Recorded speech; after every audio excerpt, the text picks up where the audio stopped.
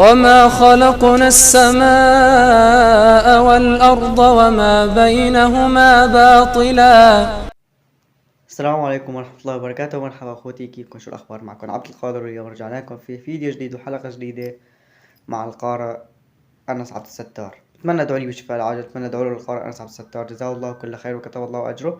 أهم شيء تشتركوا بالقناة وتفعلوا زر الجرس ليصلكم كل جديد، ولا تنسوا الصلاة على رسول الله صلى الله عليه وسلم. وخلونا نبلش بالفيديو. ذلك ظن الذين كفروا فويل للذين كفروا من النار. أم نجعل الذين آمنوا وعملوا الصالحات كالمفسدين في الأرض أم نجعل المتقين كالفجار.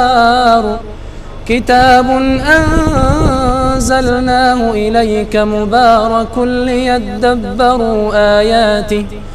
ليدبروا آياته وليتذكر أولو الألباب.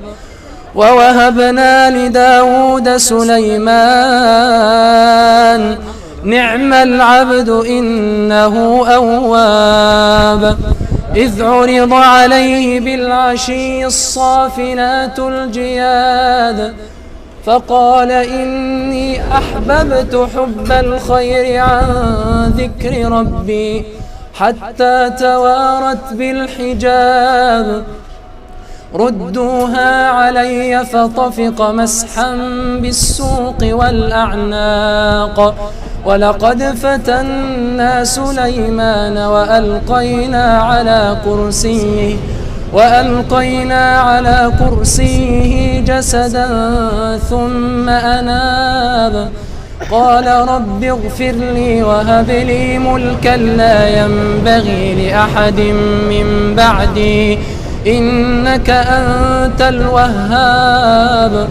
فسخرنا له الريح تجري بأمره رخاء حيث أصاب. صالح، ازي حضرتك؟ عامل ايه؟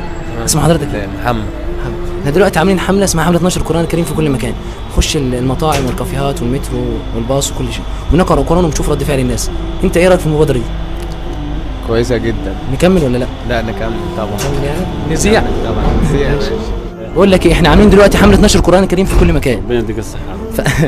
فاحنا دلوقتي بنقرأ القرآن ونشوف رد فعل الناس ايه. فانت ايه رأيك في المبادرة دي؟ لا كمل ربنا معاك.